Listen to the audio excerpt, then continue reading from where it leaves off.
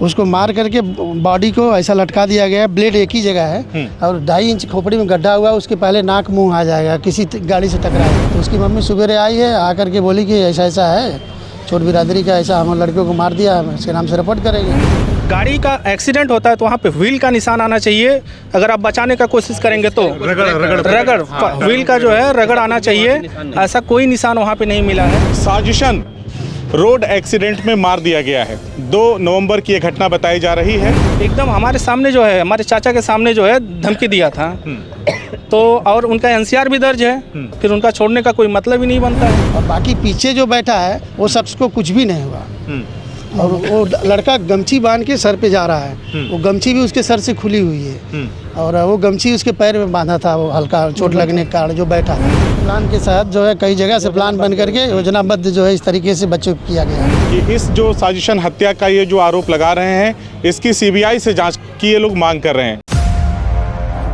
साथियों, इस वक्त डॉक्टर अंबेडकर पार्क में है। ये जिलाधिकारी आजमगढ़ कार्यालय के ठीक सामने बना पार्क है और यहाँ पे भीम आर्मी के बहुत सारे कार्यकर्ता आए हुए हैं और साथ में आया हुआ है एक पीड़ित परिवार, जिसको ये आशंका है कि उनके बेटे को, उनके भाई को साजिशन रोड एक्सीडेंट में मार दिया गया है। 2 नवंबर की ये घटना बताई जा रही है और उसके बाद इन्होंने ज्ञापन सौंपा, प्रशासन से जांच कराने की मांग की है और आज ये दोबारा आए हैं यहाँ पे ज्ञापन सौंपने।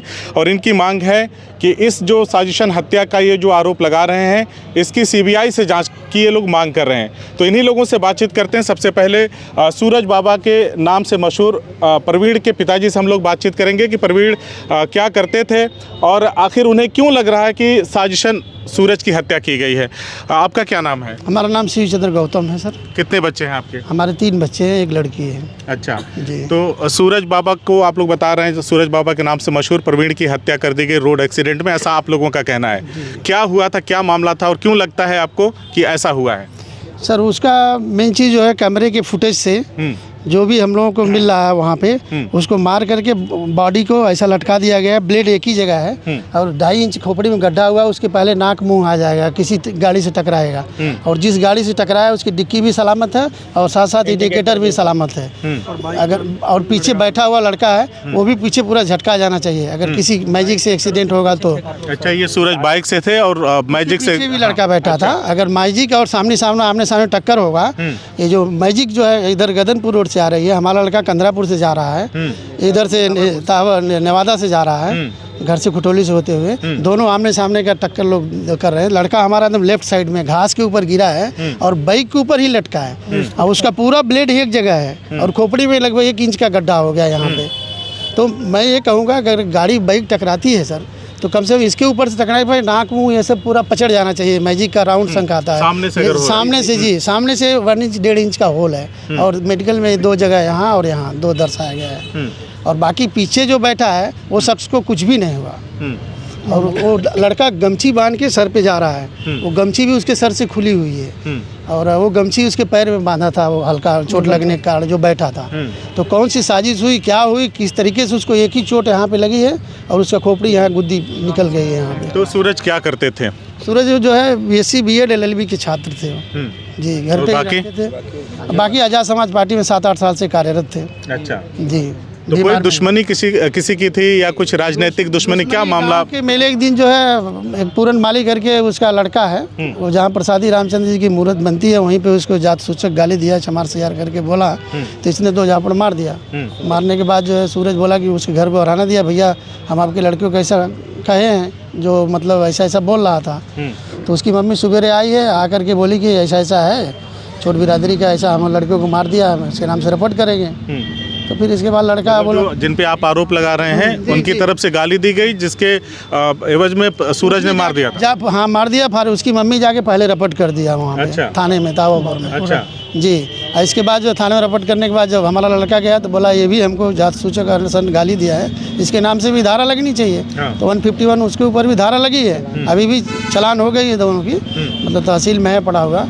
इसके बाद 3-4 दिन बाद जो है उसका पिताजी जो है धमकी दिया है, हमारे भाई साहब हैं, यही बताया कि वो कह रहा था कि हम तुमको उठवा लेंगे। क्या कह रहे थे? कह रहे थे कि वो तुम्हारा भतीजा आकाश में घूमेगा, मैं बड़े बड़ों का गर्दना छटवा दिया। पूरन माली थे जी साहब, हमको धमकी दिया, बहुत ज़्यादा धमकी दिया। इसके बाद हम तो आप लोगों को पूरा विश्वास है कि उन्हीं लोगों ने किया होगा? हाँ, साजिश के तहत ये जो प्लान है ना, प्लान के तहत जो है कई जगह से प्लान बन करके योजनाबद्ध जो है इस तरीके से बच्चों को किया गया है। क्योंकि बोला 5 मिनट मम्मी आ रहे हैं, 5 मिनट में ऐसा नहीं ड्राइवरी ले गया, ना हेलमेट ले गया, कुछ भी नहीं ले गया, सर पे पगड़ी खाली बांधा और इसके बाद बाइक स्टार्ट किया। वो लड़का मैं साजिश करते जो है लेकर के चला गया। बाबू 1 बीघा दूरी उनका घर है। हमारा भतीजा जो इतवा में है, कानून का पोस्टमार्टम में शाम का रह गया। सुबह हमसे कहते हैं कि सुराली भाई राम राम, कोई इस तरीका हमारे घर में आग लगी साहब, हमसे पहले करना कुछ ज़रूरी है, इसका मतलब काम हो गया। राम राम बोली बोल रहे थे आपको? जी साहब। आप भी सुरक्षित हैं? मैं संजय कुमार गौतम, प्रवीण का मैं बड़ा भाई हूँ। और ये हत्या जो हुई है मेरे भाई का, ये सचमुच हत्या है। क्योंकि अगर आप रोड पे आपका एक्सीडेंट होता है तो आप गाड़ी से हैं, 4 व्हीलर है या 2 व्हीलर है, वहाँ पे अगर गाड़ी का एक्सीडेंट होता है तो वहाँ पे व्हील का निशान आना चाहिए। अगर आप बचाने का कोशिश करेंगे तो रगड़ व्हील का जो है रगड़ आना चाहिए। ऐसा कोई निशान वहाँ पे नहीं मिला है। और जिस तरीके से जो बाएं पटरी में जो है अपने कच्ची जो मिट्टी जो होता है उस किनारे पे मेरा भाई गिरा हुआ है और एक ही जगह पे ब्लड गिरा हुआ है और गाड़ी के ऊपर इस तरीके से लेटा हुआ है। ऐसा लग रहा है कोई वहाँ मार करके गड्ढा करके और बाइक पे सुला दिया। इस तरीके का फोटो है हमारे पास। बाद में गाड़ी से ठीक है, बाद में जो है, और गाड़ी से तो टक्कर मारी गई है तो श्योर है, गाड़ी से टक्कर मार के ही उसकी हत्या की गई है, एकदम लेफ्ट साइड ले जाकर। आप लोगों ने पुलिस को कोई एप्लीकेशन दिया कि हमारे भाई की हत्या हो गई या क्या हुआ? तो उसमें कोई गिरफ्तारी वगैरह कुछ नहीं अभी तक। पूछताछ वगैरह किया था सर। वो एक्चुअली जिसका हमने नाम दिया था उनको तो 2-3 दिन तक लाके हिरासत में रखे, लेकिन उन्होंने छानबीन किया, हमको कुछ पता नहीं है उन्होंने क्यों उसको छोड़ दिया। जो कि आज के 10 दिन पहले जो उन्हें एकदम हमारे सामने जो है, हमारे चाचा के सामने जो है धमकी दिया था। तो और उनका NCR भी दर्ज है, फिर उनका छोड़ने का कोई मतलब ही नहीं बनता है। आप भीम आर्मी से हैं, किस पद पर हैं यहाँ पे? नाम क्या है आपका? मेरा नाम एडवोकेट शेषनाथ राव है, भीम आर्मी जिलाध्यक्ष हैं हम। जिलाध्यक्ष हैं? जी सर, ये जब सूरज बाबा की जिस माली से बता रहे थे उनके पिताजी की घटना हुई थी, वो सूरज बाबा मेरे यहाँ फ़ोन किए थे। जब उन लोगों से कहा सुनी हुई थी तो कहा अध्यक्ष जी मैं जा रहा था, मुझे समाजिया शब्दों का इस्तेमाल करते हुए गाली दिया, तो मैंने उसको 2 झापड़ मार दिया। तो फिर थाने पर गया वो, तो मेरे यहाँ फ़ोन किया कि अध्यक्ष जी ऐसी ऐसी बात है और मैं जा रहा हूँ, देखता हूँ हो सकता है मामला सब रफा दफा हो जाएगा, सुलह समझौता हम लोग करा लेंगे। मैंने कहा ठीक है, अगर कोई दिक्कत होगी तो बताना मुझे। तो फिर फ़ोन नहीं किया और मुझे ये भी नहीं पता चला कि दोनों लोगों का 151 में चालान हो गया है। अच्छा। तो फिर मैं कुछ दिन बाद में फ़ोन किया, अरे क्या हुआ? उस वाले ने तुम्हारे पास अध्यक्ष जी हो गया, सब रफा दफा हम लोग करा लिए, सुलह समझौता। लेकिन जैसे ही हम लोग को सूचना मिलती है, 12 बजे करीब सूचना हम लोग को मिली 2 तारीख को कि सूरज बाबा का एक्सीडेंट हो गया और डेथ कर गए। तुरंत हम लोग मतलब घर पर ही उस दिन थे, तो भाग के हम लोग आए यहाँ पोस्टमार्टम हाउस।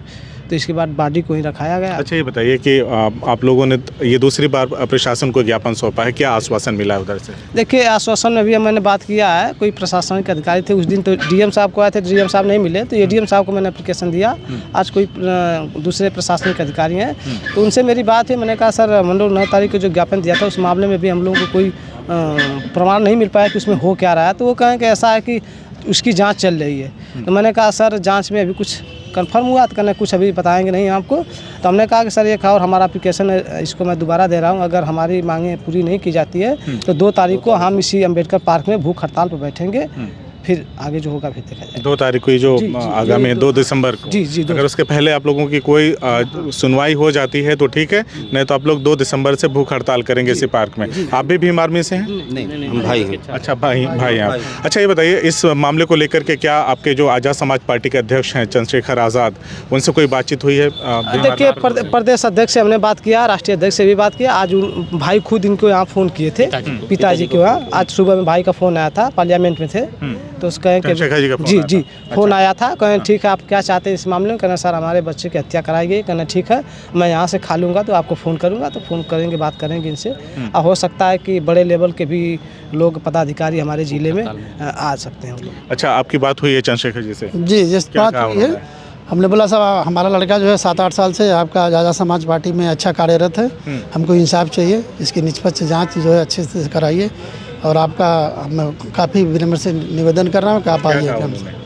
बोले ठीक है, मैं जैसे भी होगा आपको फ़ोन करता हूँ। बाद में सब बातचीत हो गई। चलिए, भीम आर्मी प्रमुख चंद्रशेखर आज़ाद, जो कि आज़ाद समाज पार्टी के राष्ट्रीय अध्यक्ष भी हैं और सांसद भी हैं, बिजनौर के नगीना सीट से सांसद भी हैं, और शीतकालीन सत्र चल रहा है इस वक्त लोकसभा का, तो वहाँ मशगूल है। लेकिन उन्होंने हालचाल लिया है, प्रवीण के पिताजी से बातचीत करके कहा है कि हम इस दुख की घड़ी में पूरे परिवार के साथ हैं, और स्थानीय जो भीम आर्मी का पूरा ये जो संगठन है, स्थानीय संगठन, वो भी इस पीड़ित परिवार के साथ यहाँ पे आज दूसरी बार ज्ञापन सौंपने आया है। इन लोगों से हमने बातचीत किया है। इन लोगों का स्पष्ट कहना है कि अगर 2 दिसंबर के पहले तक कोई उचित कार्रवाई नहीं होती इस मामले में, तो हम लोग इसी डॉक्टर अंबेडकर पार्क में अपने साथी को न्याय दिलाने के लिए यहीं पे हम लोग भूख हड़ताल करेंगे।